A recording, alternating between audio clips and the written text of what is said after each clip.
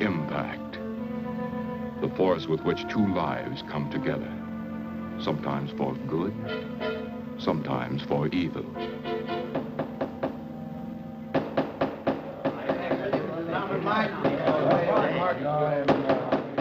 I say, Williams, is out of line now. I'm definitely against it. Seems to forget we have our stockholders to answer to. Phone Mrs. Williams, Della. Tell her to be ready in about an hour, and I'll pick her up.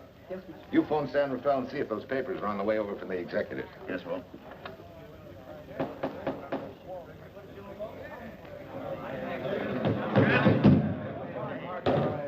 Well, Mr. Darcy, what's the score? 9-0? I'm afraid it is, Walt. If you think you can persuade them to change their minds, go right ahead. Gentlemen, I never interfere in stock issues, dividends, or anything else in your department. I must run my department with no interference. Either I know why and when I need more factory space, or you need another boy. And that's all right with me, too. Because I can take these plants and pick my own spot in the motor production field. You won't have to worry so much about dividends. There won't be many. Hold on.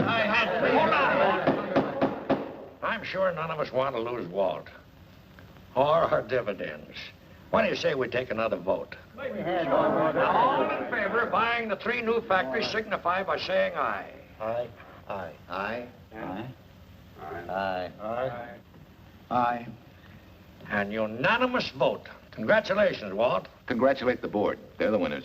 Williams, if these factories are so valuable that other companies would jump at the chance to get them, how do you know that you can buy them at the price you quoted us? How do I know? I bought them this morning. Good morning. Della, I was asked to rush this up for Mr. Williams. Get my wife, Della? Your maid said she'd gone to the dentist. I gave her the message. Oh, fine. Oh, this just came.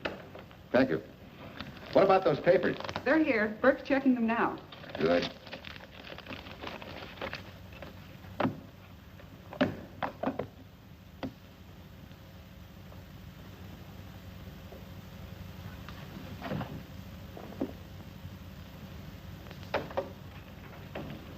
Congratulations, Walt.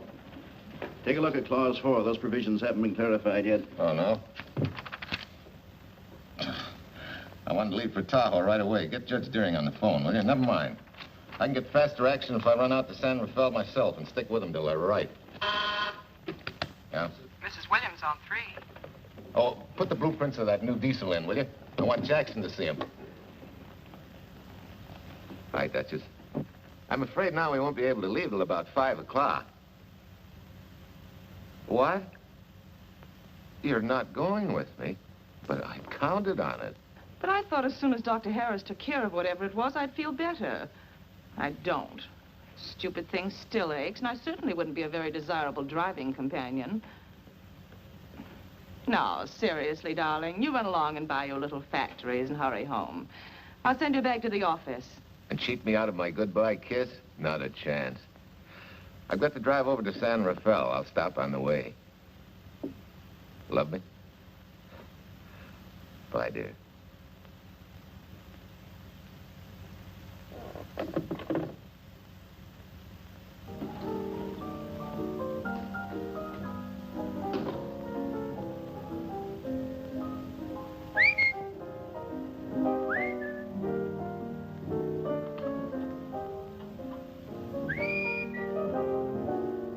How do you expect me to whistle through a toothache?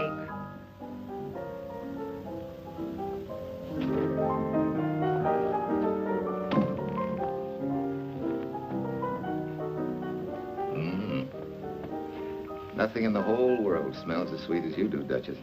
Certainly don't feel sweet. I'm as grouchy as an old bear. Well, old Doc Williams can give you something to fix that. Close your eyes. Relax now. Take a look at that, see if you don't feel better. Oh, Walt.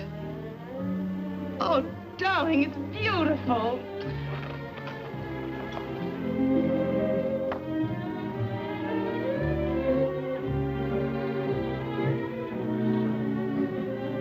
Not bad. Not bad at all. You know, to quote my wife, I like monograms on things. It shows they belong to me, unquote. When did your wife say such a thing, Mr. Williams? About 6 years ago, when I married her. She gave me the first monogrammed shirts I ever owned. Those were the words on the card. I still have it. I certainly hope your board of directors never discovers what a softy you are. They won't, don't worry. I have only one vulnerable spot. What really happened this morning? All I got out of Della was that you stalked out of the office with blood in your eye and were back in no time with canary feathers in your mouth. Oh, I clipped those birds' wings, but short. No one's gonna vote me down, sweet. Not when I know I'm right. Mm-hmm. But how did you convince the board of that so quickly? With subtle hints and easy persuasion. Like this. Either I get what I want, or you get yourself another boy. And that's all right with me, too. Walt! What a clumsy ox. I'm sorry, Duchess. Oh, please, sweet, don't be so upset. Oh, if you could have seen your face. Oh, don't bother, dear. Sulin will take care of that. Not exactly a good prescription for nerves, huh? You know, you're wrong, Dr. Williams. The way I feel now, a good catnap will probably make a new woman out of me. And if it's not going to make you too late... Yes? Well, I'm sure that by 5 o'clock I'll... Swell. I'll run over to San Rafael, get things ironed out, and be back for you by 5. On the nose. Darling, wait. That's perfectly silly. I'll take a taxi cab and meet you in Sausalito. There's a drugstore on a corner opposite the square. I'll be there at 5 o'clock and we can go straight on up to Tahoe. That'll save you all that late afternoon traffic and all that time it'll take to come and pick me up. Smart woman, my wife. Thinks of everything. Where's your bag, honey? Oh, Sulin still has some things to press for me. Sure you don't mind taking a taxi? Very sure. Sweet dreams, Duchess. See you at 5. I better get going. Bye, honey.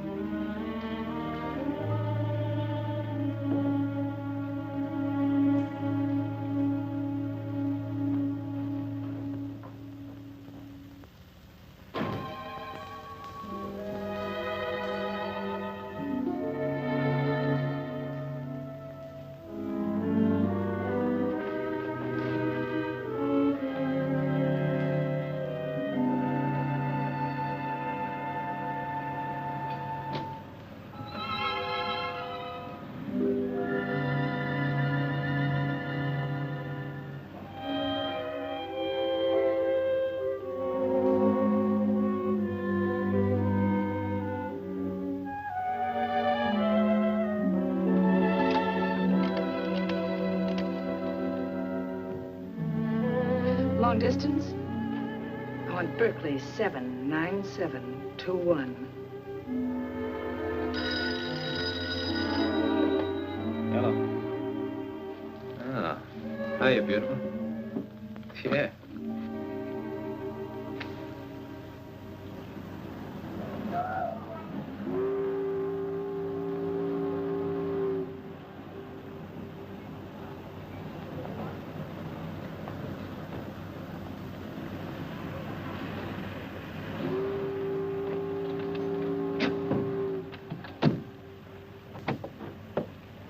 Here. Don't forget, turn this stuff over to a bellboy at the airport hotel in Oakland. Tell him to hold it for Jack Burns. Jack Burns, the airport hotel. That's right, I'll be checking in later. What do I owe you? $1.15 a here. All this stuff back to Oakland. Yeah, here. Buy yourself a new plane. Thanks.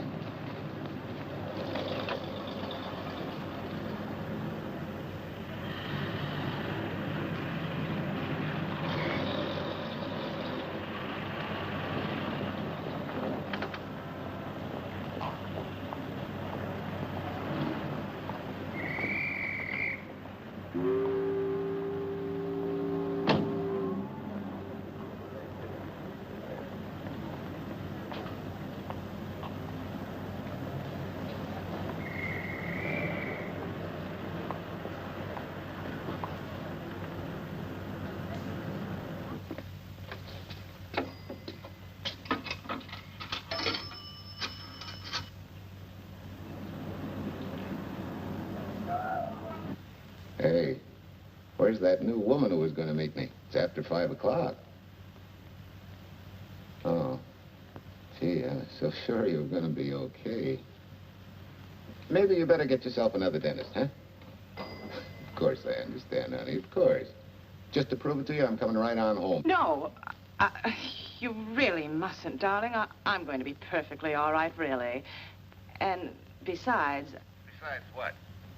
Well, I've done something you're not going to like. You remember Aunt Margaret back in Illinois? You mean the old gal in Evanston? I'm way ahead of you. How much? Well, it isn't money this time. It's another relative. Her favorite nephew, Jim Torrance. All of a sudden, right out of the blue, just after you left, he telephoned me from Berkeley. Okay, Judge, I'll see him when I get back. Well, you don't understand, dear. You're going to see him right away. I'm what? Well, all he seemed to want was to be able to get back to Illinois, so I... So you buy him a ticket. That's easy. Well, it isn't. I offered to, but he got huffy and said he didn't want any handouts, and... Well, without thinking, I told him we'd pick him up and give him a lift as far as Denver. I won't say I'm getting exactly an even trade for you, but where do I find this guy? Well, he should be there right now. I told him to be on the lookout for a cream-colored roadster, just in case we failed to recognize one another after all these years. Oh, darling, you're such a lamb. You sure you forgive me? What do you think? Well, I better run along, or Cousin Jim might get nervous. Take it easy, sweet, and miss me, will you? I do already. Don't drive fast. And please take care of yourself. Softy. Goodbye.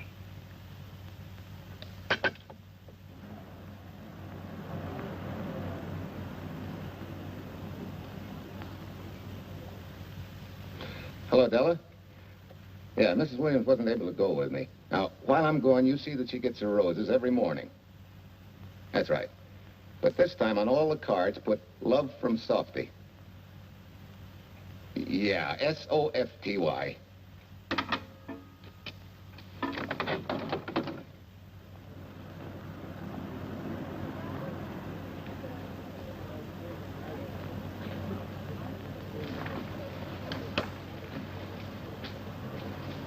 Hello. You must be Jim Torrance. Yeah, that's me. I'm Walt Williams. Hi, Jim. Hi. Where's Irene? Oh, she's a little under the weather at the last minute. Worse luck. Oh, that's too bad. I was hoping I'd see her. Yeah, I'm disappointed, too. Where's your luggage? Oh, I'm wearing it. Less trouble that way.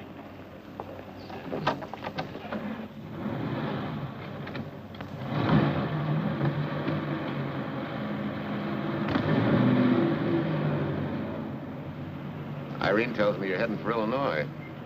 Yeah. Going been a little rough, huh? Haven't exactly been worried about my income tax. What's your line, Jim? Oh, guess I'm a better salesman than anything else. You know, I can give you a couple letters when you get back to Chicago. It might help you. It's fine. Little in with a top brass never hurts. What outfit were you with? Patton's Third Army. How was it? Rough. Except for the time in Italy. I kind of liked it there. Patton's outfit never got to Italy. Of course. But most civilians never know or care, and I figured you didn't either. Well, I fooled you that time.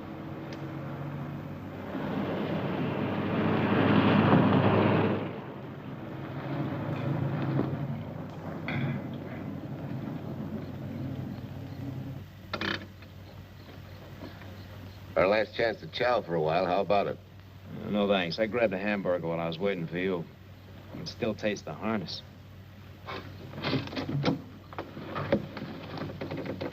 Sure you won't change your mind? No, I'm gonna grab a little shut-eye.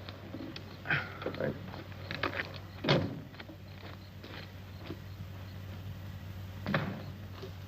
Chicken sandwich and a Coke. One chicken sandwich. Chicken sandwich coming up.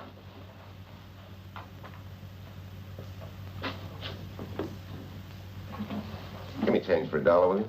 Yes, sir.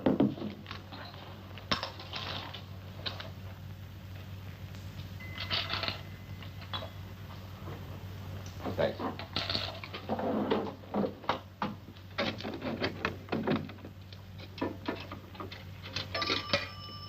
San Francisco. Klondike 2, 6714.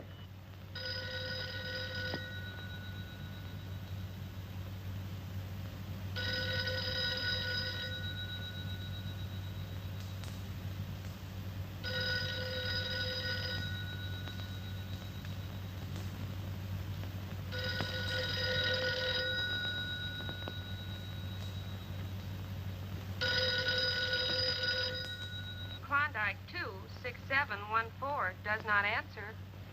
Oh. Well, try Sutter 1, 2599, please.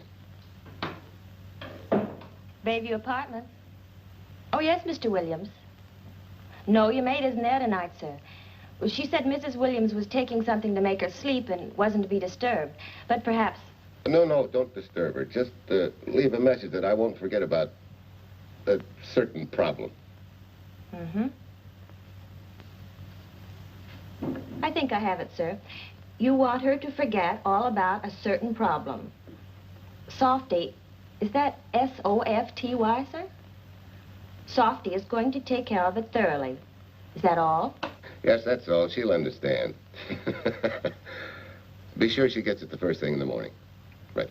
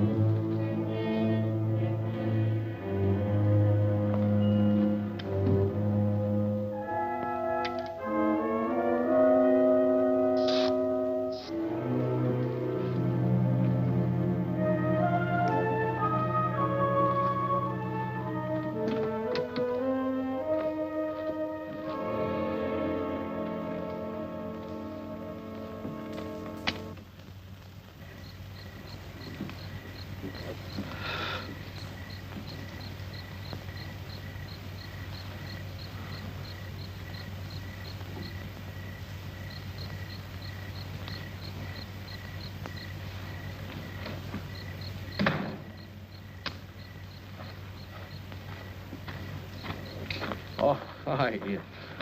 It's been so long since I've been behind the wheel of anything but a Caterpillar or a Jeep. I had to find out what a real buggy feels like. Why don't you drive for a while? Oh, swell. Nothing would suit me better.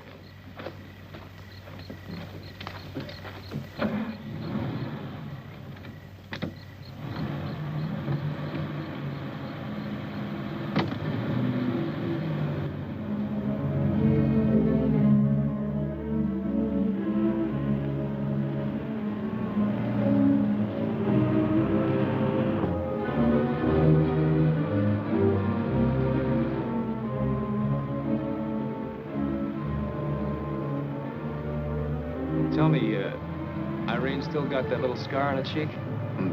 That one she got from the fall? Yeah. You can hardly see it now, though. How'd you know about that? She just got it last summer. Thought you said you hadn't seen her for years. Oh, from Aunt Margaret, of course. How else? She always sends me the news in her letters.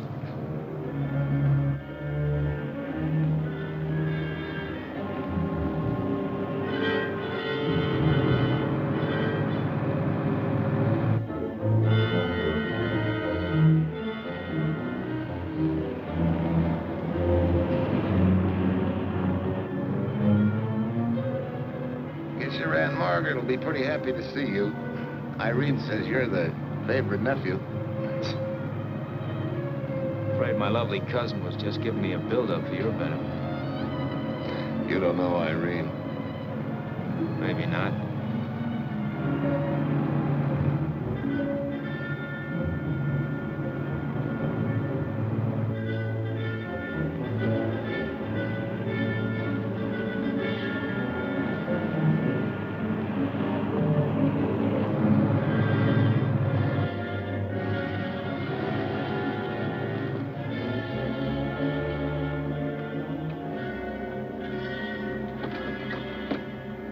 What's the matter? I think we got a flat.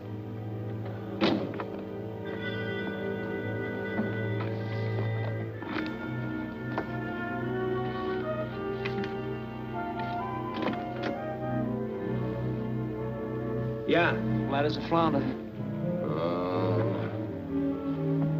Well, let's get to work. Hey, look out there, young fella. It's quite a drop.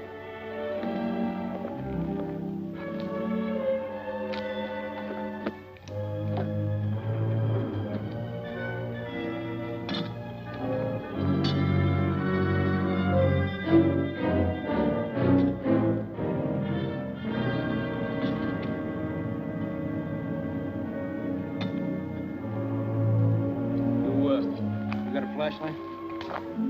I think I have. Get the jack. I'll take a look.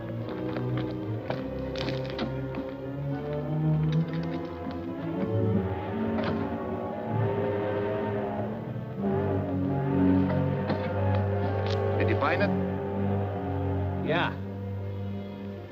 Yeah, it won't be long now.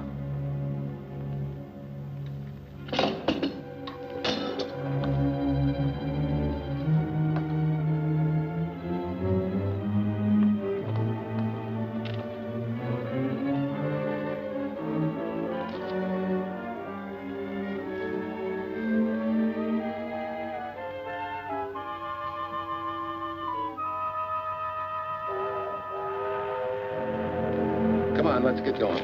Wait a minute. Did one of your cufflinks fall out? Huh? Oh, something dropped. I heard it fall right down there at your feet. Oh. Well, he must have rolled under the car.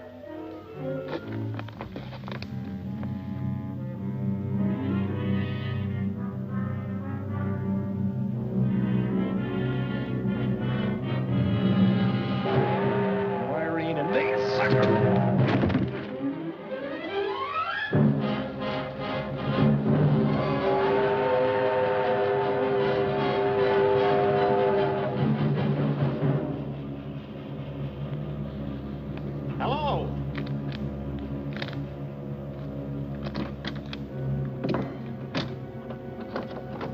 Need a hand? No. I'm all set now. Okay. Good night.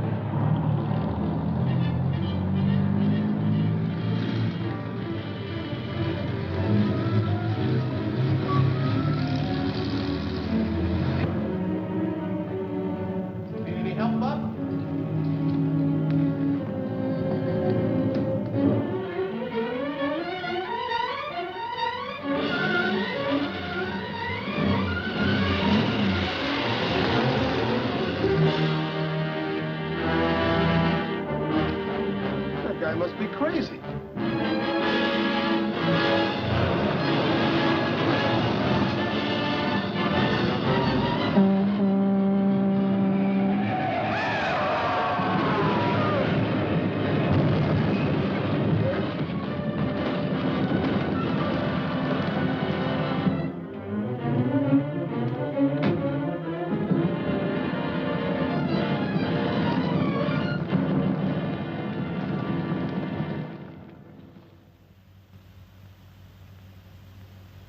Now, in case my husband should be late and have to rush for his plane, this will be taken care of. Thank you.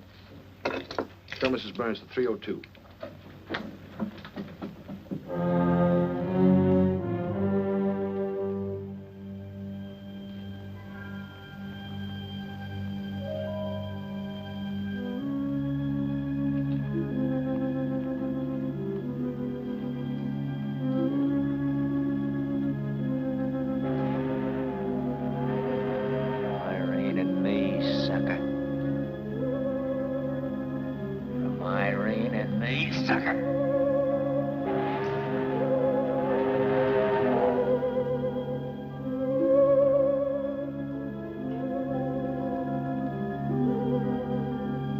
Take care of yourself. Softy, softy.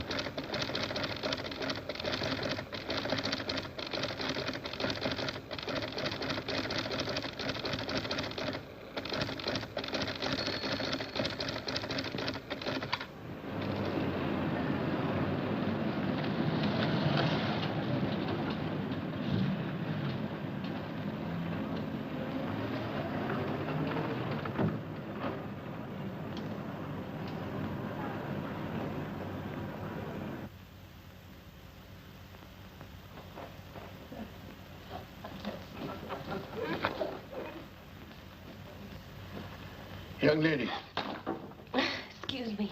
I want to see Mrs. Walter Williams. I'm sorry, sir, but she left orders not to be disturbed. I'm sorry, too. Lieutenant Quincy of the police department.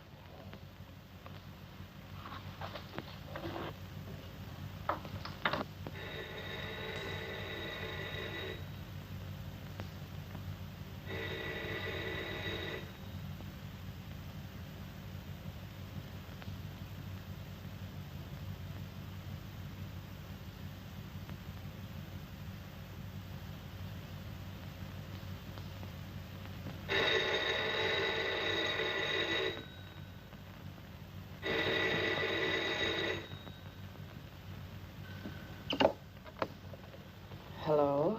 I thought I left orders not to be Oh, I see. Ask him to come up, please.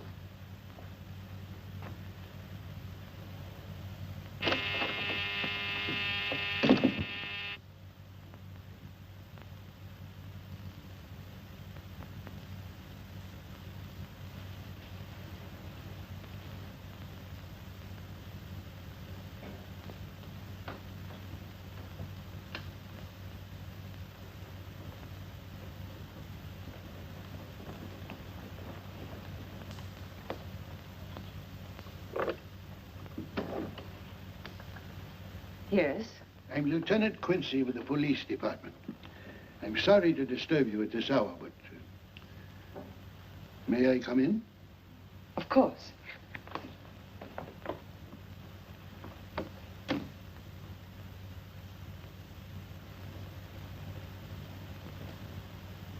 Well, Lieutenant? Did your husband go on a motor trip late this afternoon? Why, yes, he went to Denver on business. Why? Was he driving a packet roadster?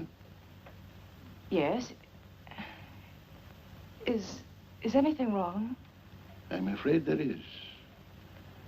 Won't you sit down? Has something happened to my husband? Yes, Mrs. Williams. He's dead, isn't he? Yes. Oh, Walt, I knew something like this would happen. I begged him time and again not to pick up hitchhikers. But it wasn't a hitchhiker, Mrs. Williams. It was just an accident. He ran into a truck, a gasoline truck. You mean there was fire? He must have been driving pretty fast. I don't think he felt anything after the crash.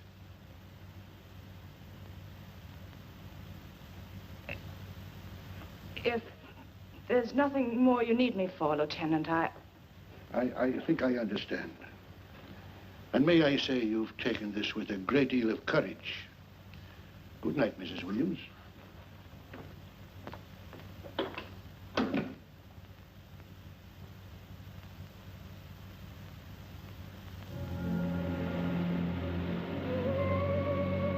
Take care of yourself.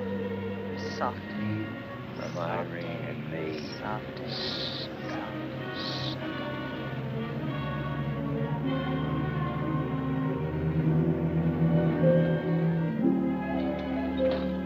Ready? Yeah. That Williams must have been quite a guy. Yeah, he went to work for Universal Motors as a sheet metal worker. Mm-hmm. Less than 10 years, he's their top production man. Well, he sure went out in a blaze of glory. Yeah. Well, let's go.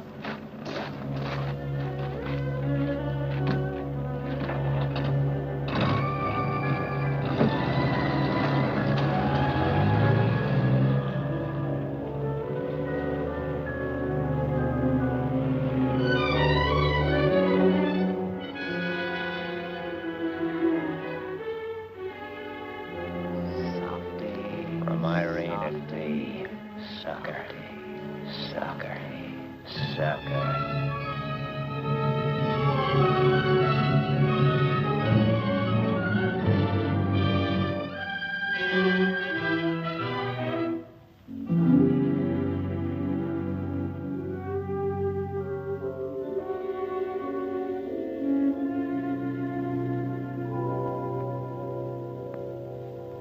Well, could Mr. Burrs have taken a later plane and still made connections for Mexico City?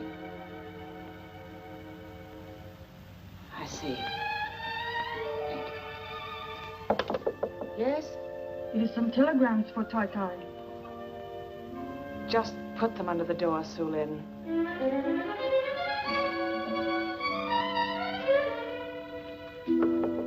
Please, Tai, a policeman Quincy most anxious to see you.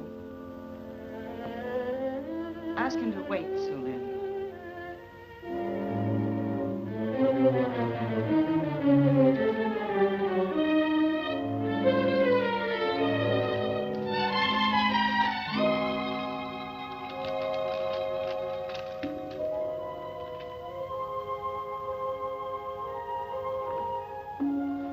Mrs. Williams will see you presently. Will wait, please.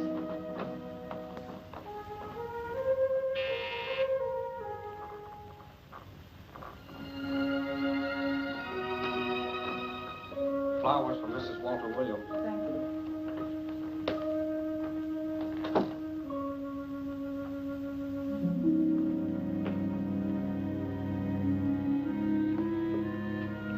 Roses like Mr. Williams always sending when he's away. You seem to have been very fond of Mr. Williams. Sulin is honored to have served him 5 years, and he... I'm sorry to keep you waiting, Lieutenant.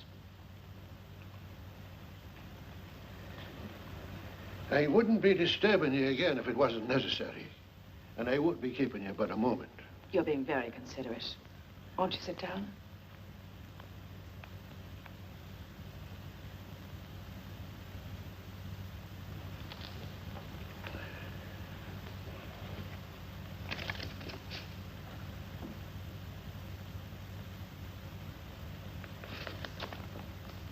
Everyone's been most thoughtful. And why shouldn't they be? Forgive me. I'm all right now. What was it, Lieutenant? The state police would like to have some information. They found some wavy skid marks for quite a distance on the road, as if the car had been out of control when it crashed. Tell me, was Mr. Williams a reckless driver? Why, no. He was a fast driver, but certainly not reckless. Well, was he a heavy drinker? Quite the contrary. Well, what about his health? Could he have had a heart attack and lost consciousness before the accident? Why, no. He was in perfect health, but he'd been working much too hard lately and was overtired.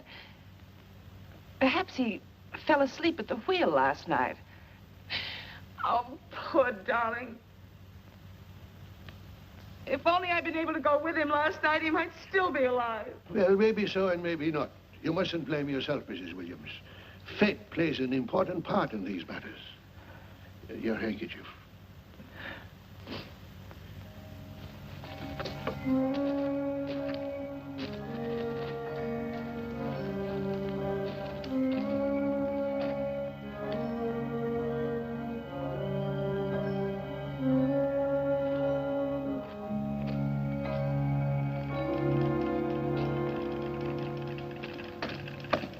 When's the next train to San Francisco?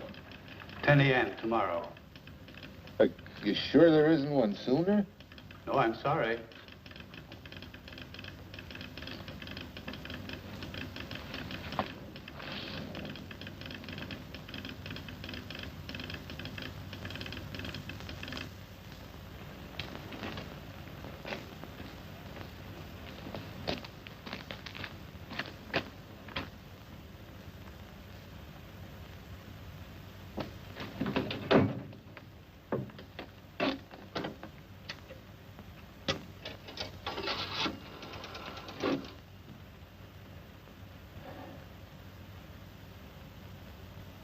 We have a circuit now, sir. Evanston. Calling Mrs. Margaret Hubbard's residence in Evanston. One moment, please.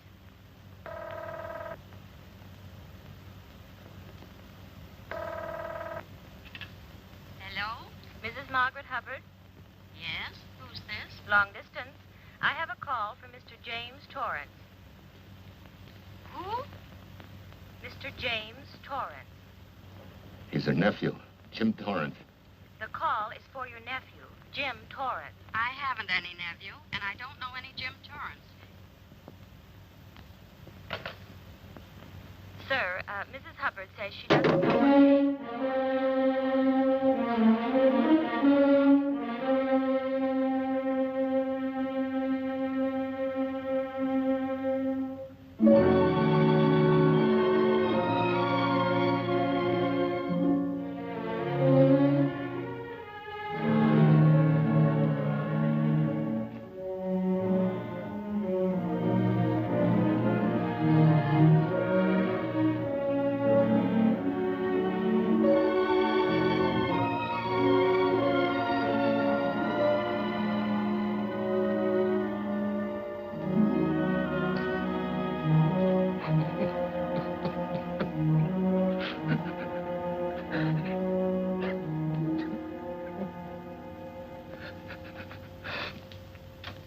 What's the matter, son?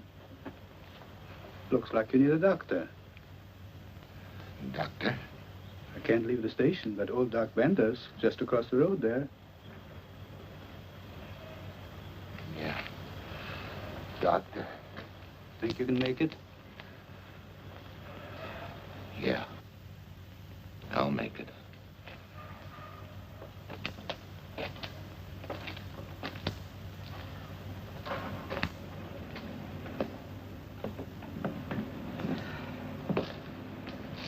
Now, take it easy, man.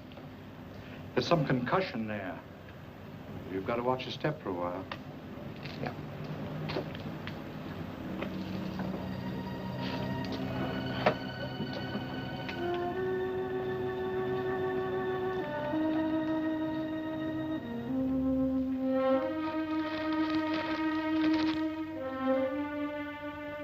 Walter Williams' beautiful widow, who by her own request sat alone in the family alcove during the service.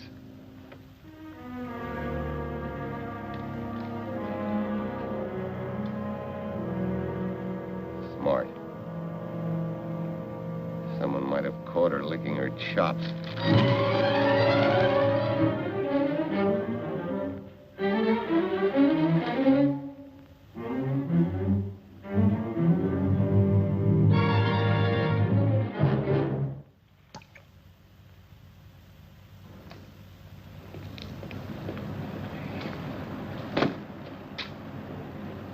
Hey, what's that?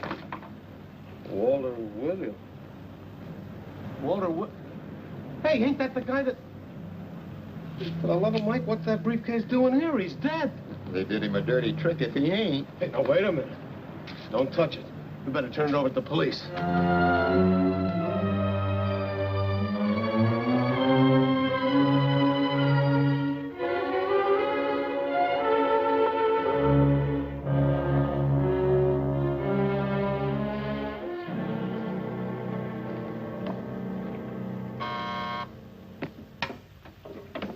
Homicide, Captain Callahan. Oh, yes, Chief. The dope just came in from Washington. The fingerprints are those of a James Torrance. Yeah, I'm putting Quincy on it. Right. This sort of opens up a new can of peas on the Williams accident. There's the FBI reporting the guy. Playing with the lady's affection seems to come natural with him. All you gotta do, Quincy, is find him. Yes, that's all I got to do. Last known whereabouts of Jim Torrance was in a moving van somewhere between Sacramento and Points East. Yeah, wait a minute. Last known address, care of his sister, Mrs. Joseph Rossetti. Irving Apartments, Berkeley. Well, what are you waiting for, Quincy? Let's go. Did Torrance leave any forwarding address? No, he said he was going to send it to me. Sorry to trouble you. Oh, Lieutenant, if you should happen to hear from him, will you let me know? There's an unpaid telephone bill and a bundle of laundry. Laundry? Let's have a look.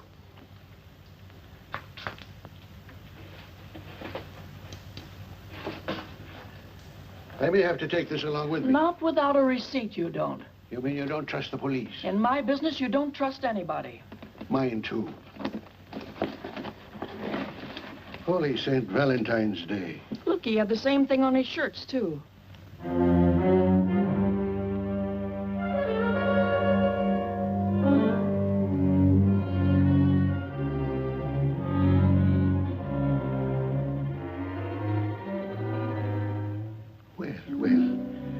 Romance in your late tenant's life. Did you ever see the lady? You know, I never did. But I always knew when she'd been here, the wonderful perfume. I'll lay you 10 to 1 she's a rich widow. Could be. Wait, I'll get you his telephone bill. Pretty fancy stuff for a hitchhiker. Yeah, but he's a pretty fancy hitchhiker. According to the shirt maker, a certain lady in the town had these made special. And they're just like her husband's. Only his initials were WW. Sort of smells, don't it, Cal?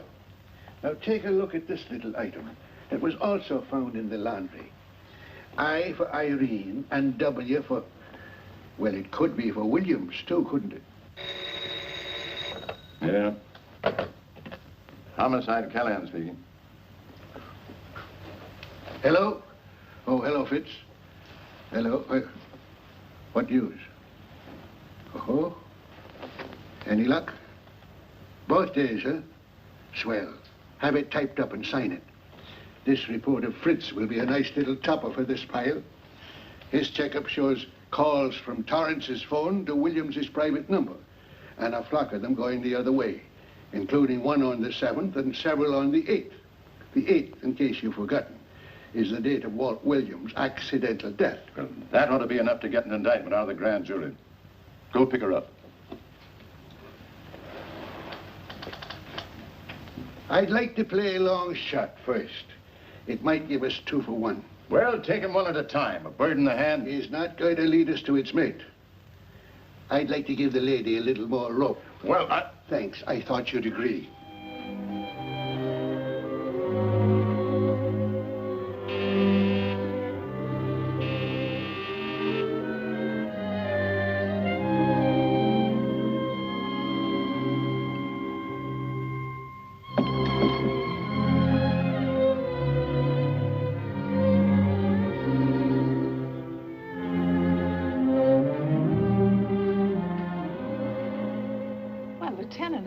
You just caught me. I'm glad.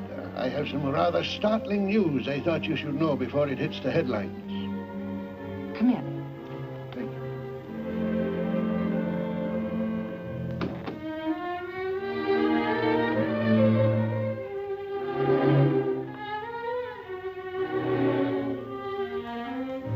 Sit down, won't you, Lieutenant? Thank you. I'm very anxious to hear about this news.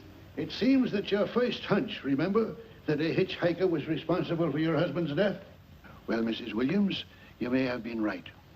Why, I don't understand.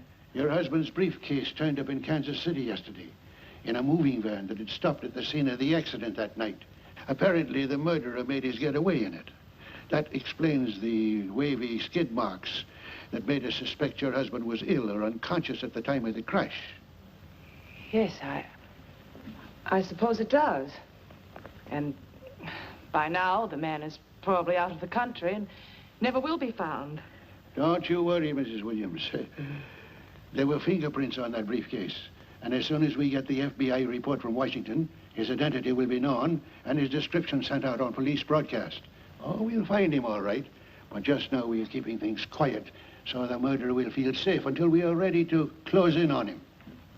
Yes, I can see the wisdom of that. Yes, I thought you would understand and cooperate. As soon as we know his name, it is possible that you might recognize it as someone with a motive. There's that possibility. You know I'll do everything I can to help. I'm sure of it. Now I'll run along. You'll hear from me. I'll let myself out. Don't bother. And don't worry. Good day.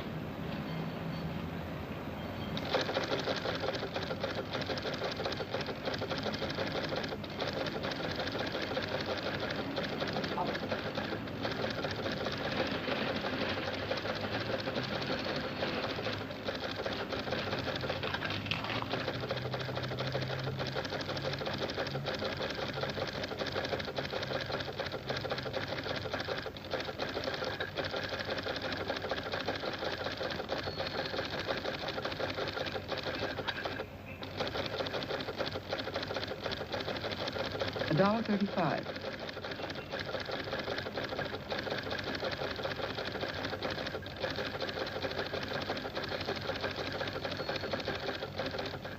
See, everything after the letter J in the first name has been obliterated by heavy writing over it.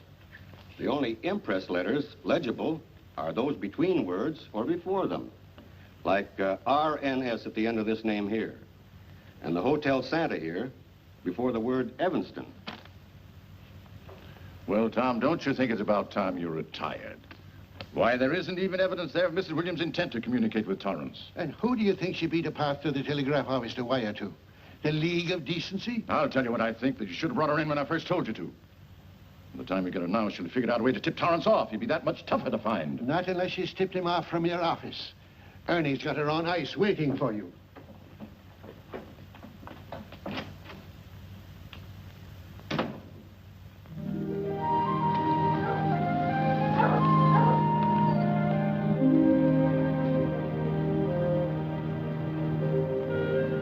Pretty good, huh? Fastest growing little town in Idaho.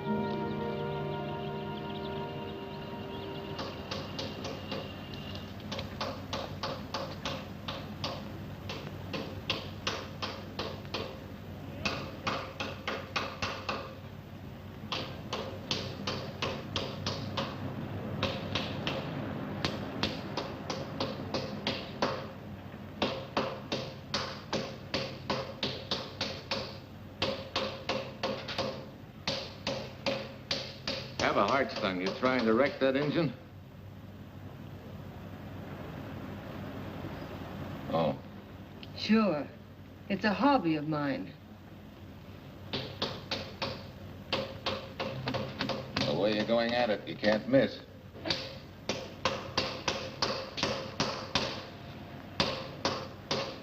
Here. I just can't let you ruin that beautiful motor. Start her up.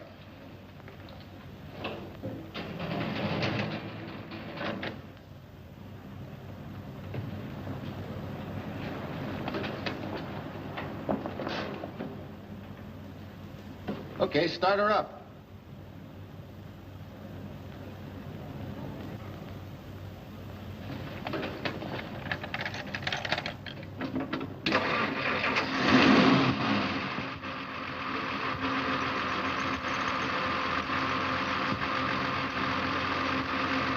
Shut her off.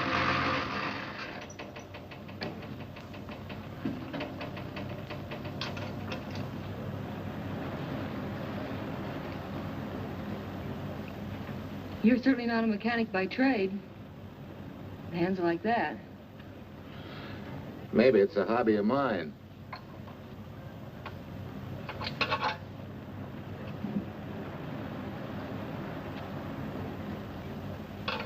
Gee, what happened to your head?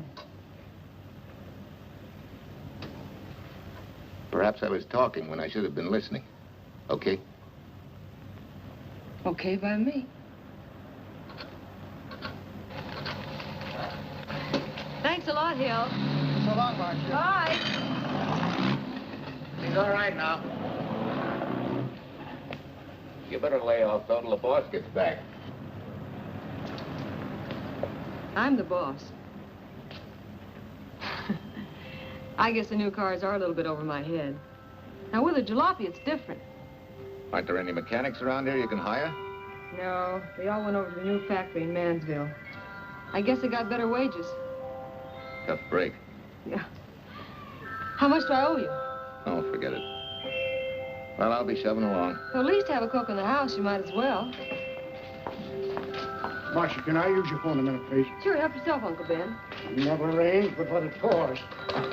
650, please. Flat tire this morning. Now the danged engine stalled on me. Nice and cold. Wilson's garage? No, I did not give you the wrong number. Fine thing using my phone to cheat me out of repair bills. Aren't you ashamed? Gave you the wrong number. 650, please. You're a nice girl, Marcia Peters, and your ma's a fine woman. And I'll always buy my gas and oil here. But you ain't never gonna tinker with my car again. Busy? Busy. Always busy. Yeah. Wait a minute. We're not so busy. Would you like to do another good deed and give Uncle Ben a hand? Why not? Where is your car, mister? Maybe I can help you. Why, are you a good mechanic? Very good. And very reasonable. Well, just what you need, girl. Better hire him. It's an idea, Uncle Ben. Come on. Thanks for the Coke. Sure.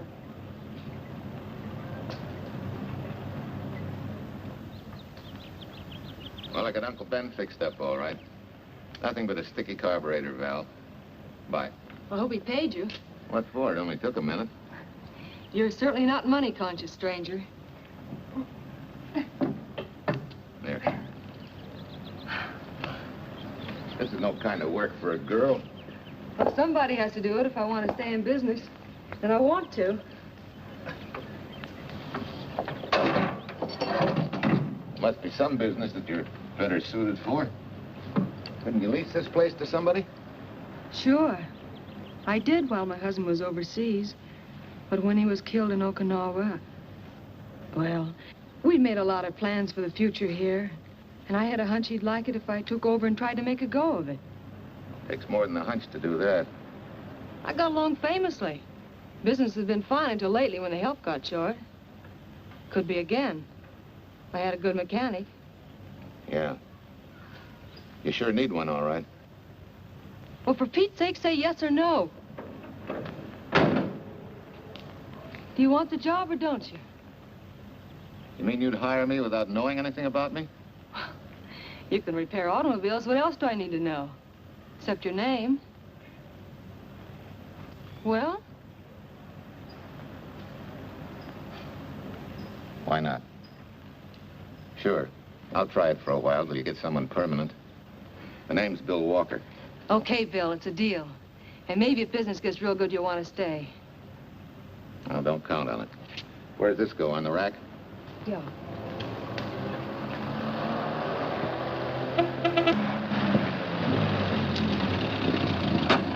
Marcia!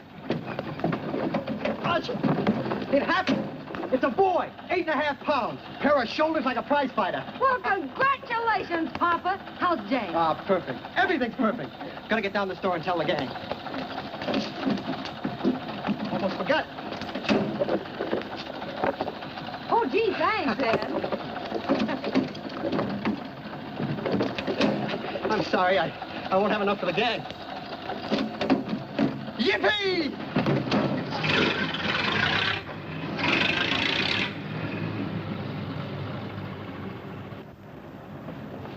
Maybe you can use this token from the slightly delirious new father. Thanks. Say, we haven't settled the matter of wages yet. Maybe I can't pay your regular salary. Suppose we leave that open till you find out how much I'm worth to the business. Doesn't seem to be any business right now. Might be a good time for me to get rid of this beard and find a place to board. We live right next door. I'll go ask Mom. She'll know of a place. Sort of a peaceful house. I noticed it this morning. Oh, gosh, I forgot. She's down helping Mrs. Wellesley with her canning. Mom finds homes for everything from stray cats... To stray mechanics? Well, you're not a stray anymore. I'll go phone. Pearl? 674, please. Hello, Miss Westler. May I speak to Mother? Hi, Mom. I've got some good news for you. I hired a man for the station. Yeah. No. Nobody we know. He's from out of town. Needs to place a board. You got a good one up your sleeve? Okay. Says she has to meet you first to come home for supper. Huh?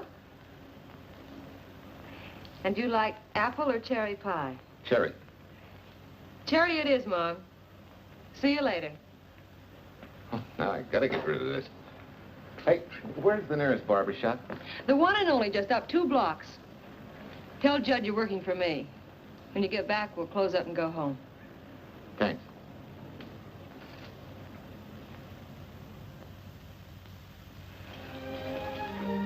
Well, that's real nice.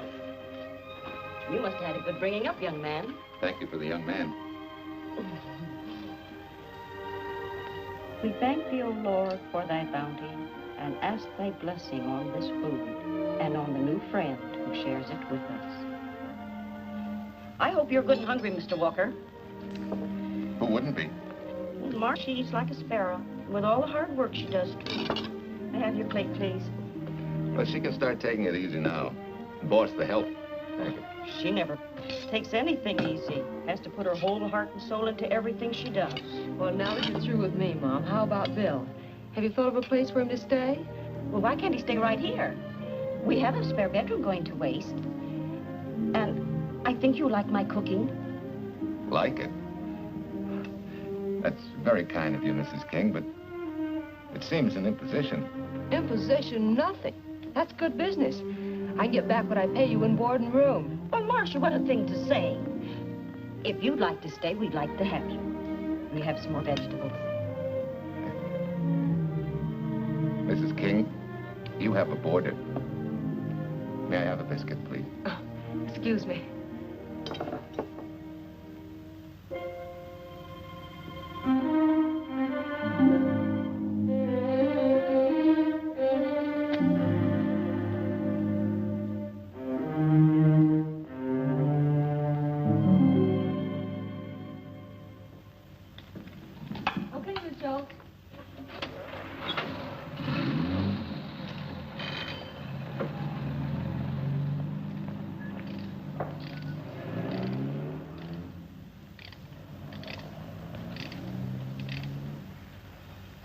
It's wonderful the way tools seem to come alive in your hands.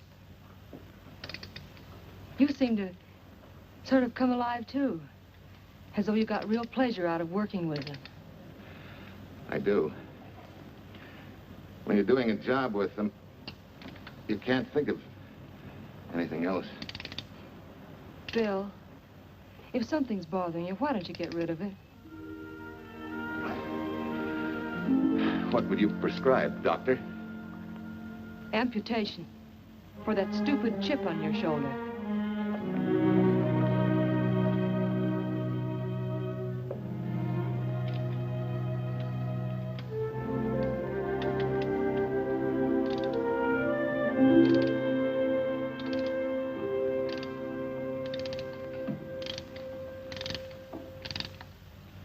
What you need is a ring job. Save yourself some money. Gee, Bill, with the baby and everything, I just can't afford it now. Oh, we'll take care of that. Hey, boss. How's Ed's credit? Good enough for a ring job? Well, sure, if I can hold Junior as collateral. Oh, not a chance, fella. Never mind her. I'll do it on my own time. Oh, thanks, Bill. Maybe we'll see you tonight, huh?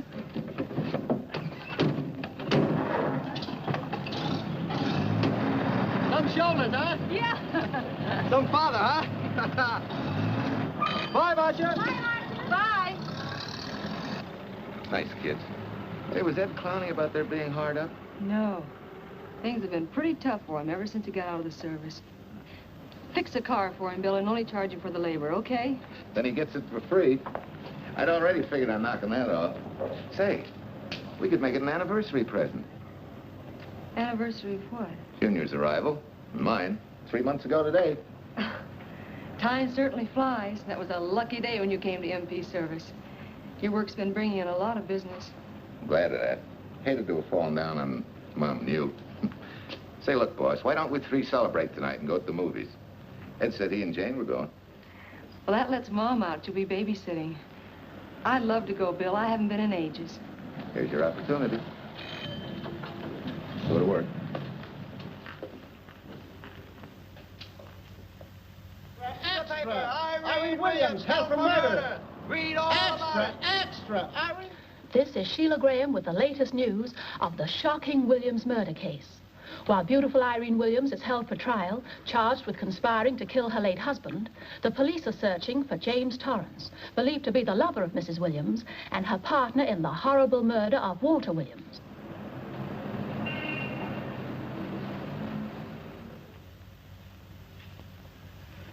If I'm handling your case, my dear Mrs. Williams, I want 1/3 of everything you get. You're out of your mind. You don't realize what I'll get as Walt's widow. Perhaps you don't realize the spot you're in. Torrance's fingerprints were found not only on your husband's briefcase, but, in a manner of speaking, on your reputation as well. There's a detective named Quincy, a very smart cookie. He isn't exactly for you. Frankly, Mr. Warner, I'm beginning to wonder if my attorney is for me. Underestimating the enemy's ammunition would scarcely be wise. Now, if we can get to trial before Torrance is found, they'll never get a conviction. But... But what? If he shows up, we may have to fry him. Oh, no. Let's not cross that bridge until we have to. But if it comes to a choice, we're not going to burn, are we?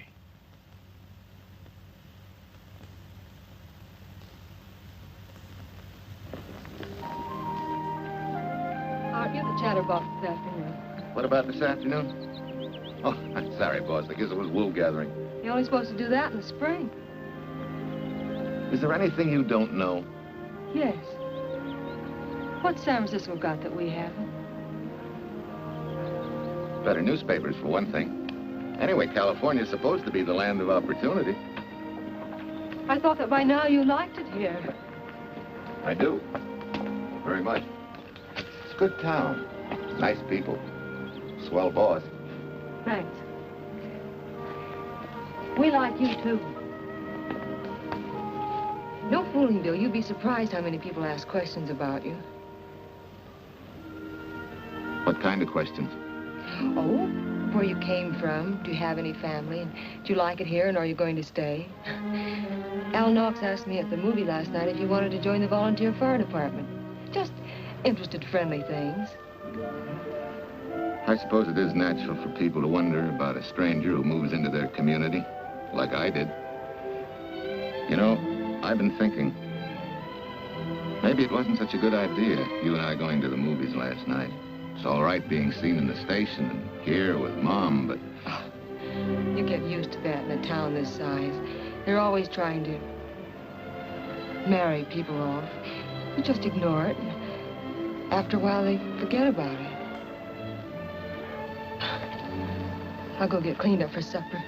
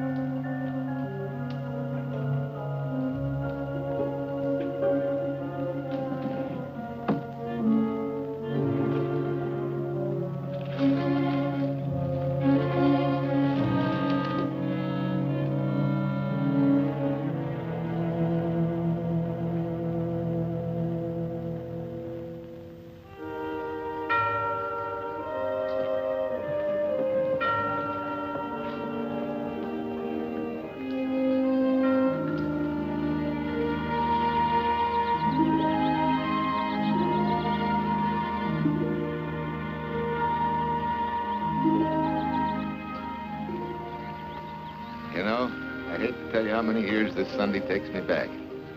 Did you always fall asleep during the sermon? I wasn't asleep, Mrs. Peters. I merely closed my eyes to concentrate. Oh, well, that's what you call it. I had to nudge you to stop you from nodding. Quiet. You're disturbing my reminiscent mood. Even smells the same. Could be the same bees buzzing in the same clover. As they say, you can take a boy out of the country, but... A rolling stone gathers no moss. It has to stop rolling sometime, doesn't it, Bill? Sometime, maybe.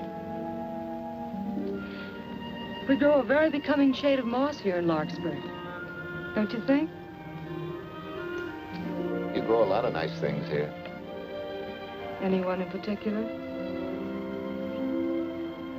You'll have to skip the answer to that one. Someone tore it out of the book. You're married, aren't you, Bill? Yep. That's right. You must have loved her very much to have been hurt so deeply. To be so afraid of someone, even yourself. Maybe it's better that way. Then no one gets hurt. Bitterness and hatred hurt everyone. Can't you see, Bill? They're like a wall that shuts out all the sunshine from a garden and lets everything wither. Make room in your heart for something else, can't you? I guess this is my day for sermons. Sorry. As Mom would say, you never get rich minding the other fellow's business. Hey, that's a flyer. I'll be seeing you.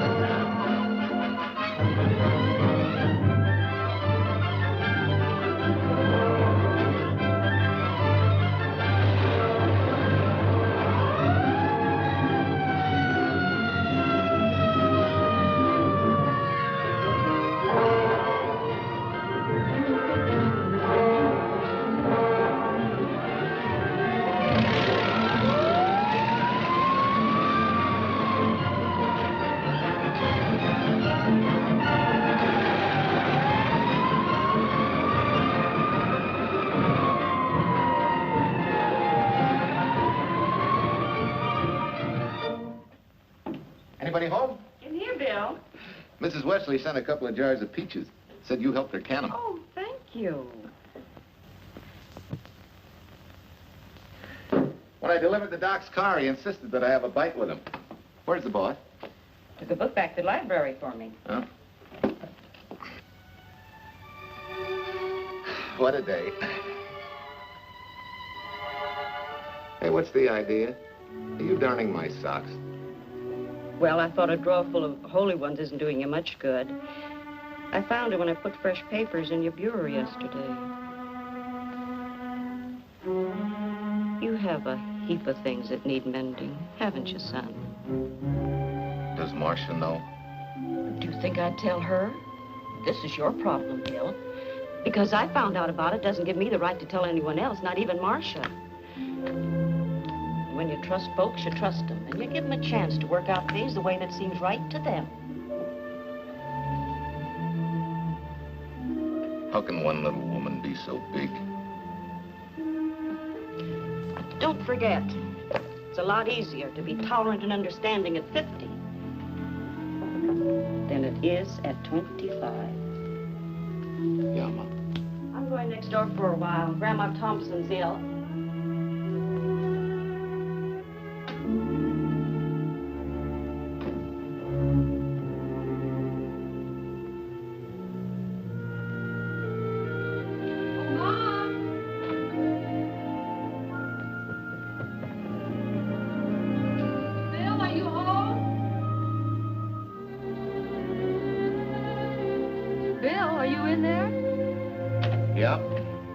Next door, Marcia. Hi. Do you work awfully late? Oh, about 6. Anything wrong? Come in. I want to tell you something. I'm checking out. Has something happened? No, just... I'm doing what I should have done a long time ago. Moving along. But why, Bill? My name isn't even Bill. There isn't any Bill Walker. I'm Walter Williams. The late Walter Williams. Walter Williams? I don't understand. You may not even after I've told you, but at least you'll know the whole story. Sit down, please.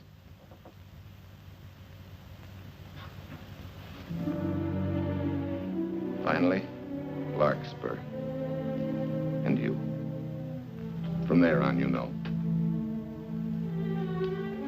I'm glad you're going back to make things right. Going back? Wild horses couldn't drag me back. What are you going to do about your wife? Nothing. You're going to let her go to trial for murder? Oh, no, Bill. Why not? She tried to kill me, she and her cousin. But they didn't. Who says they didn't? Let them try and prove it. No matter what your wife did, she can't be tried for something that didn't happen. Oh, Bill, can't you see? You bet I can see. She deserves everything she's getting. Sorry part of it is they'll never convict her. No, Bill. The sorry part is you're not big enough to take a hard jolt to your pride and to your ego. Sure. It hurts to be tricked and cheated by someone you loved and believed in. But that doesn't give you the right to take justice into your own hands, to trample on the hearts of others and walk out on life. A barren, frustrated boyhood. A marriage to a woman who accepted my love, yet despised me so thoroughly she resorted to murder. I'll never think of our moments together without nausea. I feel stripped bare, degraded. Because you've closed your mind and heart to everything else. Even me.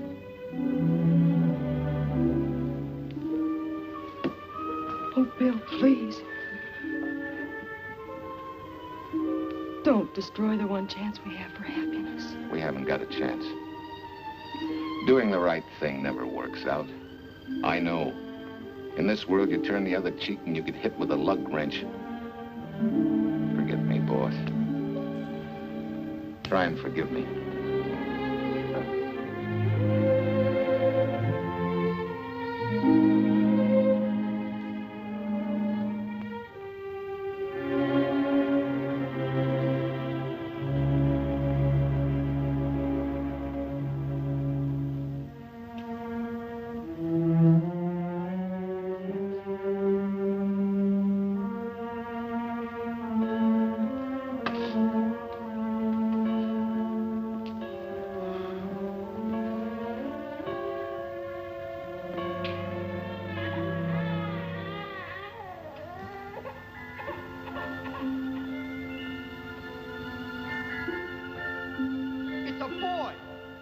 Shoulders like a prize fighter.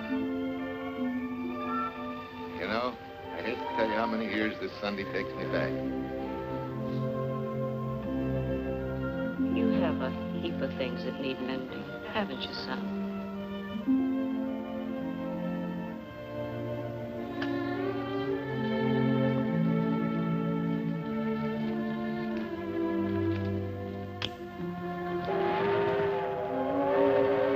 Take care of yourself.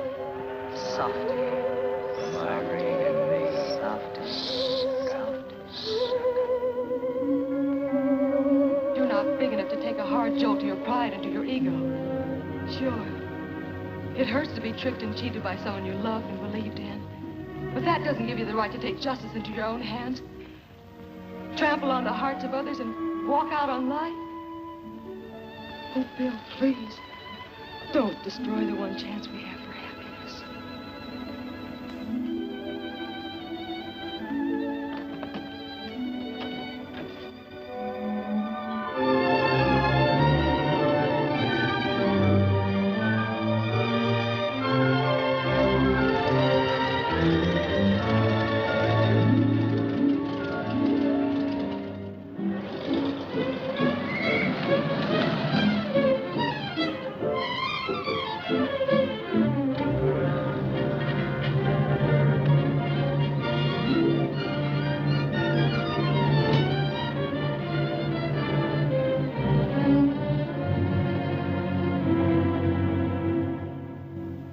Mrs. Peters was kind enough to come along to substantiate at least the Larkspur portion of what I've told you. Very thoughtful of you, Mrs. Peters. Mr. Williams, when you read in the newspaper that the hitchhiker who attacked you had been, well, a close friend of your wife's for some time, it must have been a great shock to you. I didn't come here to discuss my emotional reactions, Lieutenant. If you need me for anything further, Captain, my office will know where to reach me. Let's go, Marshal. Just a minute, Mr. Williams. We'll need your signed statement for the grand jury when we ask for your wife's release. It won't take long to be typed. Yeah? All right.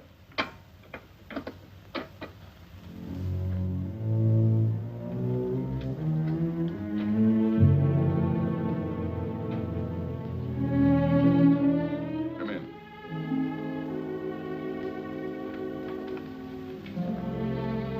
Sit down. Mrs. Williams, we have news for you. Really? I can scarcely wait.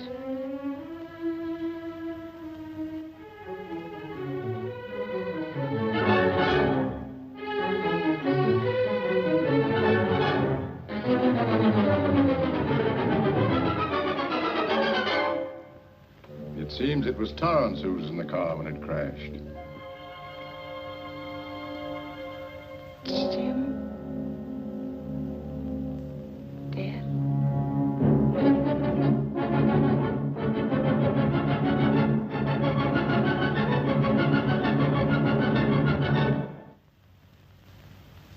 You did it. You killed him. No. He tried to kill me. Thought he had. And he ran into the truck. It was an accident. An accident? You wait all these months to tell this story. You let me rot in this filthy jail. Wait a minute. You let everybody believe you're dead. Pretty convenient, wasn't it? A dead man can't be tried for murder. Mr. Williams, perhaps your wife would understand better if you would explain to her about the amnesia. Amnesia? Oh, don't tell me you believe he had amnesia. Where's he been all this time, just wandering around in a daze? Tells us he's been in Larkspur, a little town in Idaho, working as a mechanic in a service station, run by Mrs. Peters here.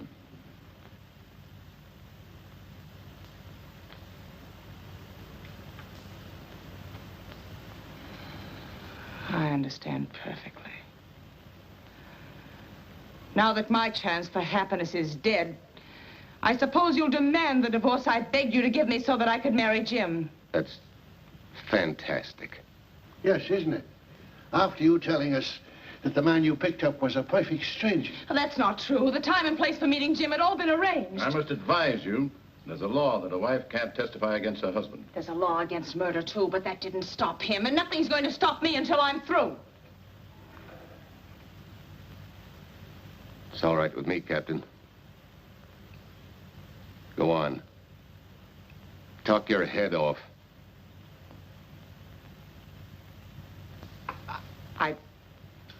I was to have gone with him to Denver. He insisted on it, although I was quite ill. Several hours before we were to leave, he came home. There was a violent scene. He threatened to kill me unless I agreed to give up Jim. And I wish he had. This is incredible. Not one word that she has said is true. Then you've nothing to worry about. Mrs. Williams, was there a witness to the threats you mentioned? No. Unless the maid overheard. She was in the apartment. In fact, she picked up the pieces of the vase that he threw at me. Where's she now? I don't know. She left me suddenly after all this began. Please, could the questions wait? I feel rather ill. Will you have Mrs. Williams ready for the grand jury at 10 o'clock tomorrow morning? That's all.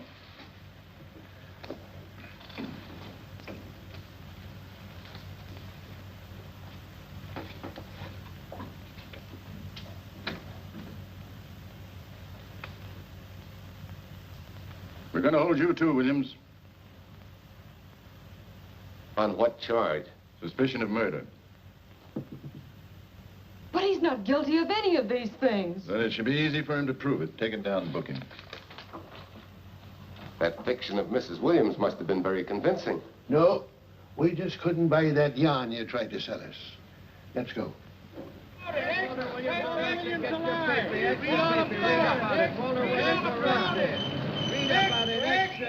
What's the White Creed and murder charge? Extra, get your paper. Walter Williams charged with murdering wife's mother. Extra, get your paper. Irene Williams goes free. Husband held. Extra, get your paper. White Creed and murder charge.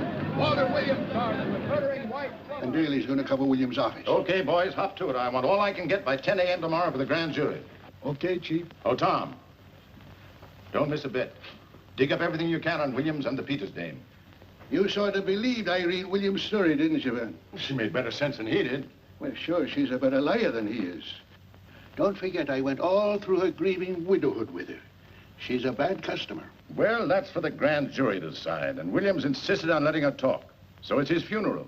Funeral, all right. Especially with that yarn he told. But murder's out of character for him.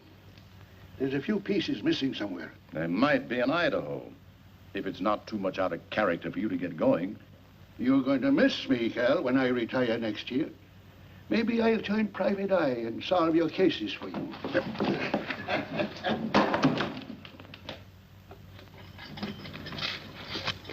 Hi, Williams. Mr. Williams? Thanks. Got a deal from the bottom here, don't you? Sorry, Williams. Okay, Williams.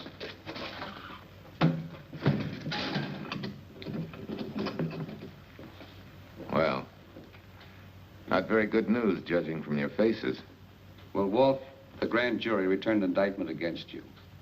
Mrs. Williams was released. I see. Now, don't you worry, Walt. We'll have you back at work where you're needed, and in short order. Come on, Eldridge. There's a visitor waiting far more attractive than we old fogies. We're just leaving, Mrs. Peters, but remember, don't hesitate to call on me for anything. Thank you so much.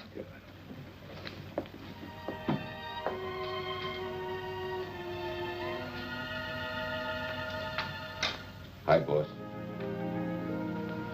Bill, what have I done to you? If it weren't for me, you wouldn't be here. If it weren't for you, I wouldn't be. I came back here because I wanted to believe in the things you do. I still do, no matter what happens. Will you do something for me? Go back home, where I know you'll be taken care of. Not a chance. You'll have to think up a better reason than that to get rid of me. I'm a big girl now.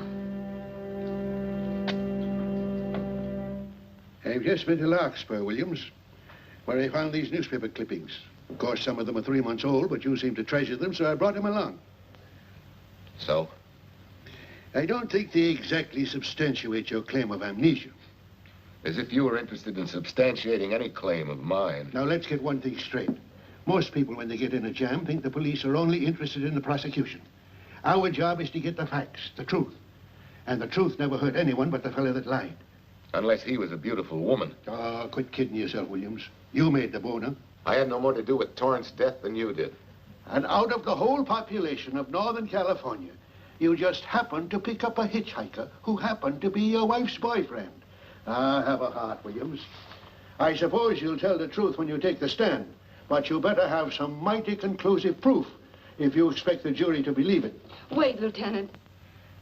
Bill, we all know you're not guilty, but we're going to need help to prove it, and need it badly. Lieutenant Quincy can't take sides, but if we're right, he has to be on ours. And I have a hunch he wants to be. Why don't you tell him the whole story? All of it. Please. I'd like to. Quincy, very much. Guess I should have told the whole truth in the first place. But I wanted to clean this mess up with as little scandal as possible.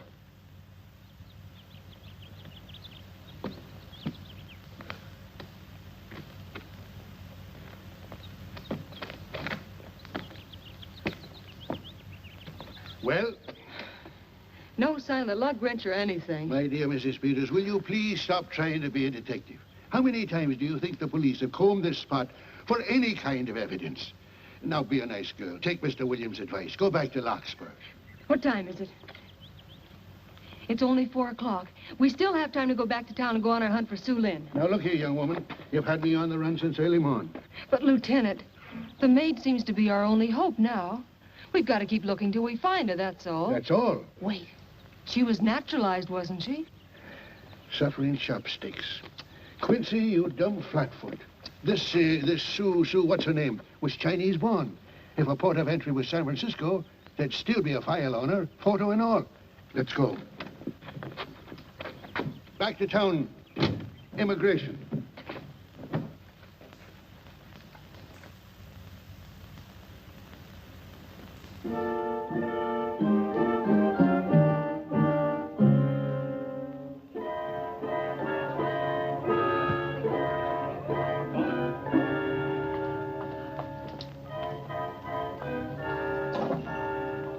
counsel has given us the right lead.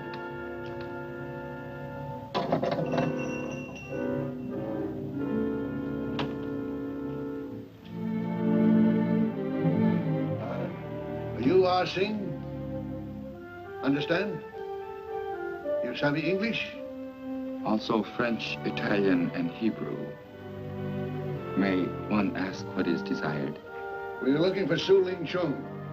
The Chinese consul said you were her uncle and might tell us what she is. This daughter of my brother, has she offended the honorable police? Oh, no. They just wanted to ask her some questions about Mr. Williams, the man she used to work for. Ah Sing's heart is heavy that he cannot lead you to her. But things that are not known cannot be told. Well, if you hear anything of her, report it to headquarters.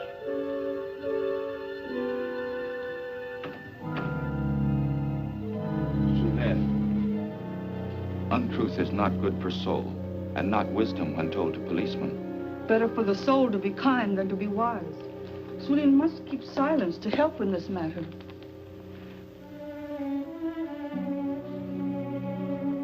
You know, you're quite a gal. In case I haven't told you lately. You're just too easily pleased, that's all. There must be a way out. Why can't we find it? Oh, buck up, boys. Tomorrow's another day. Yesterday you go to trial. Oh, Bill, I'm afraid. And the state intends to prove, beyond any reasonable doubt, that the defendant, Walter Williams, did, with malice aforethought, kill the deceased James Torrance, whom he knew to be his wife's lover. And that with his victim dead beside him, he drove his car into the course of an oncoming truck, jumping clear himself some seconds prior to the crash. And subsequently, he made his getaway in the back of a loaded furniture van. And for 3 months, as Bill Walker, he laughed at justice, but had imprisoned his unfaithful wife for conspiracy in his own murder. But then he decided that being dead cramped his style. He thought he could eat his cake and have it too. So he returned, most anxious to explain his long absence and to right the dreadful mistake that had imprisoned his wife for 3 months. Ladies and gentlemen, it was a cold-blooded, premeditated murder and must be punished to the fullest extent of the law. Call the first witness, please. Captain Callahan, did Walter Williams tell you what suddenly cured his amnesia after 3 months? No, he did not. But he did tell you the man that struck the blow which caused the amnesia was a total stranger, a hitchhiker he had picked up. Yes. And that he knew nothing of this man's identity or relationship with his wife until he suddenly recovered from his amnesia and heard or read the details. That's what he said. That's all. Thank you, Captain. Your witness, Counselor. No questions. No. I saw no signs of amnesia, but definite concussion. He was a bit evasive in answering questions, but not vague or unsure. In your opinion, Doctor, could this head injury have been caused by a fall? Yes. If the head had struck on some object, such as a stone or a metal pipe. That's all, thank you. Your witness. Dr. Bender, are you familiar with a tool known as a lug wrench for changing automobile wheels? I'm afraid I am, sir. I've had a regular epidemic of flat tires lately. Well, then, in your opinion, could this head injury which you treated have been caused by a blow from a lug wrench? Yes. It could have been caused by that, too. Thank you, Doctor. The ones with the earliest dates, you will notice, are heavily creased, as though they'd been carried in a wallet or a coat pocket. Thank you. Lieutenant Quincy, will you kindly tell the court where you found these newspaper clippings? In the bedroom occupied by Mr. Williams and Mrs. Peters' home in Larkspur, Idaho. Is this your handwriting, Miss Revere? Yes, sir. And that's the message, at least our record carbon of it. Would you read it to the court, please? June 9th, 8:32 p.m. Message for Mrs. Walter Williams, Penthouse D. Mr. Williams called, said he wants you to forget all about a certain problem, that Softy is going to take care of it thoroughly. Was there any other conversation? Well, I just asked if that was all, and he said yes, she'll understand, and sort of laughed as if it were a joke and hung up. Some joke killing the wife's boyfriend. Head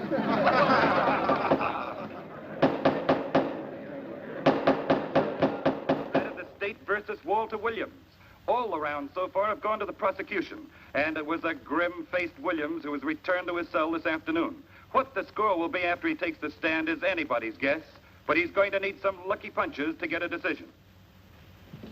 And though Torrance struck with intent to kill, after telling you this is from Irene and me, sucker, you still telephoned Illinois to find out if there was a cousin Jim. You are hard to convince, aren't you, Mr. Williams?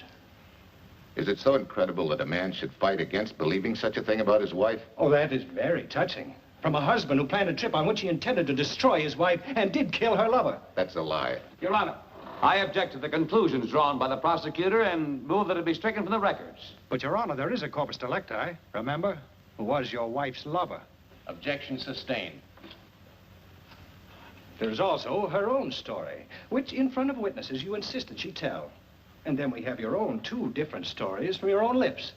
One featuring a perfectly strange hitchhiker, the second an equally strange cousin Jim, without a questionable substantiation for either bit of fiction.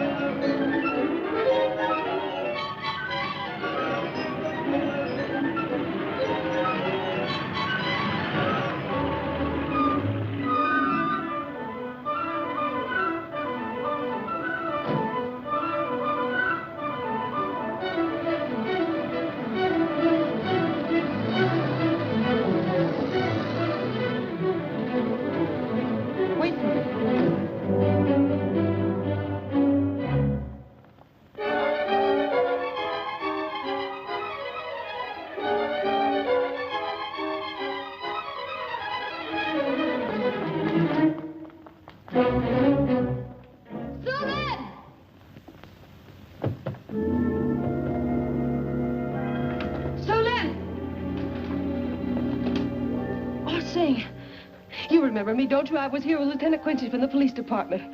I just followed Sulin up the stairs. I saw her coming here. You must be mistaken. I'm not mistaken. She's here. I must see her. Our thing, don't you understand, is to save a man from prison, even from death. I will send her to you.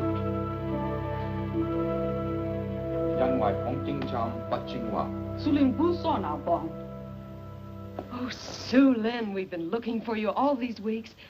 Mr. Williams needs your help so desperately. I cannot help. You must forget that you found Sulin. Forget it? But you're his only witness. You're the only one that can help. Not as a witness. Only with silence can I repay his great kindness to me and my family in China. Why? For I heard other things. That most unhappy day. From Mrs. Williams' bedroom, his voice very loud and angry. A flower vase broken to pieces. He can explain all that. They do not believe what he's already told. That I heard anything would do harm. Don't you see?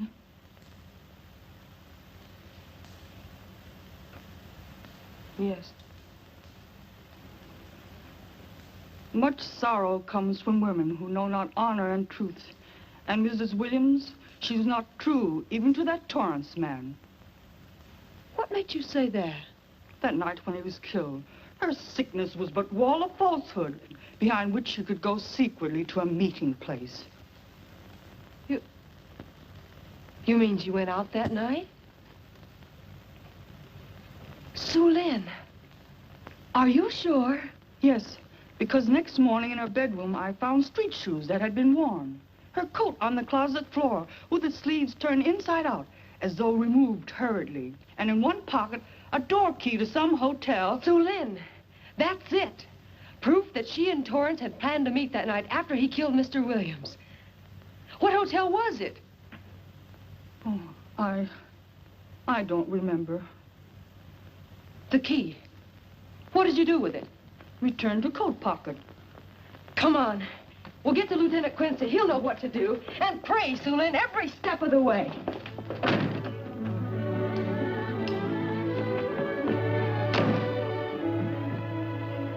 Now hold everything. Even if this long shot don't work out, we'll just keep on pitching.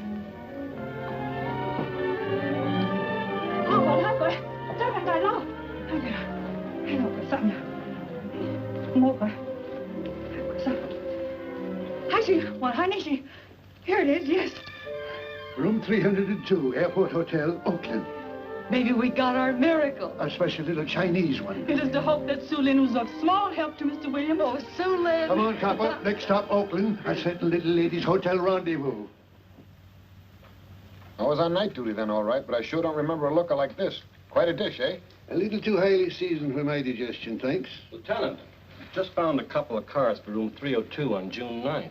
George Baxter, checked out at noon. Mr. and Mrs. J. Burns. Room not slept in. J. Burns.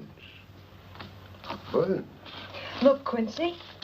The handwriting on the card is identical to that on the photograph. And here's a little boy, the same thing. The cover-up telegram to Aunt Margaret. Now look at the impressions.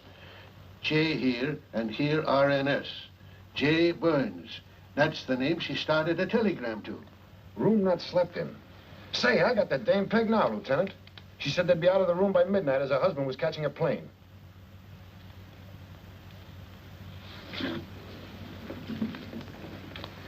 But Quincy... Reservation for Sam Andrews. Yes, sir. This ties it all up, doesn't it? Yeah, like a greased pig. What do you mean? We've got the evidence now, the proof. Of what? Sue Lynn's theory that Irene was playing the field? This evidence only proves that she came here to keep a date with a man named Burns. We can't even prove that he didn't keep the date. But you know he didn't. There wasn't any Burns. It was only a name that she and Torrance used. Fine. If you can prove that, Williams will be free. But none of this will prove it. Sorry, copper, but we are just up another blind alley. Willie? Yes, sir. There's a couple of sample cases for Mr. Sam Andrews. Came up from the station this morning. Take one to Parlor B right away. Sure thing, sir.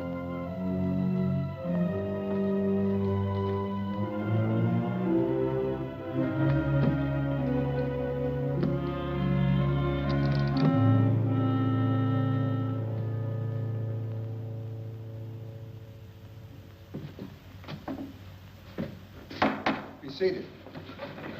Case of the state versus Walter Williams. Proceed, Mr. Aldrich. Your Honor, we will call Mrs. Irene Williams. Take the stand, Mrs. Williams.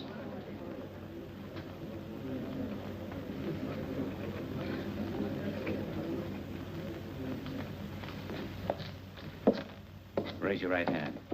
You solemnly swear that testimony about to give in this cause to be the truth, the whole truth, and nothing but the truth, so help you God? I do. Hey, what cooks? The defense calling her? Mr. Aldrich, what's the purpose in calling this witness? Merely for purpose of identifying handwriting. Now, Mrs. Williams, this photograph of you... Was stolen from my apartment. So, according to the inscription, to Walt, my adoring and adored husband, Irene, this belongs to Mr. Williams. This is your handwriting, isn't it? Of course. I'm touched that he should have wanted it so badly. And this telegram, addressed to Mrs. Margaret Hubbard. Is that also your handwriting? It is.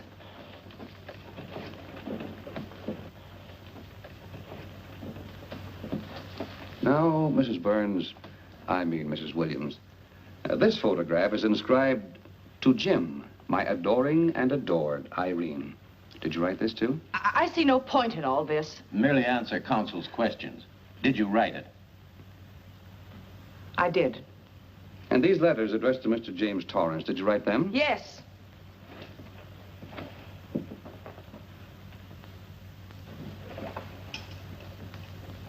And this monogrammed garment, A gift from you to Mr. Torrance? Why must I be tortured again by all this? I never made any secret of my love for Jim Torrance. That's why he's dead. Your love for Jim Torrance. Yet on the very night he was killed, you had a rendezvous with a man named Burns, didn't you? I don't know what you're talking about. I don't know any man named Burns. I was at home that night, very ill. Oh, yes, the sleeping pills. Well, you must walk in your sleep then, for you spent at least part of that night at the Airport Hotel in Oakland, where you registered for Mr. and Mrs. J. Burns. Don't waste the court's time trying to deny it. This is the registration card that you signed at 9:20 p.m. And there's the room clerk who assigned you to room 302.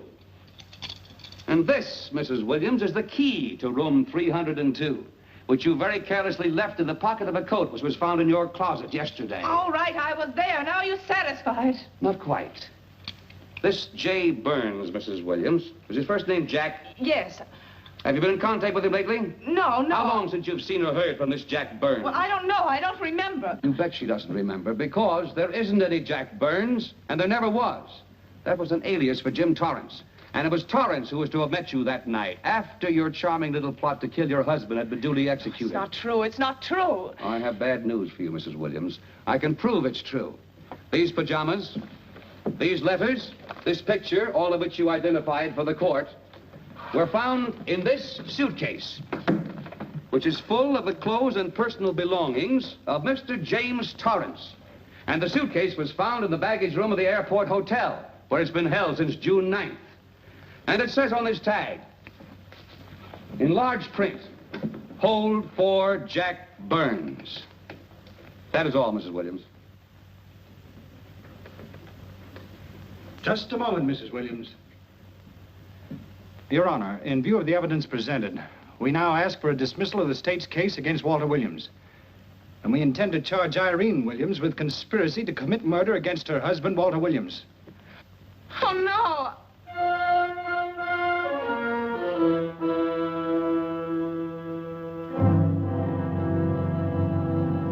The case against Walter Williams dismissed. Court adjourned until 2 o'clock. Well, that's that, Walt. Congratulations, Mr. Williams. I haven't the words for it, Quincy, but we could never have made it without you. Ah, sure you could. You know, son, right always wins if you give it a little push. Especially when you get a copper like this one to do the pushing. Well, I'll be seeing you. You know, it'll seem kind of strange being able to eat and sleep without someone getting in your hair all the time. Oh, fine, Walt.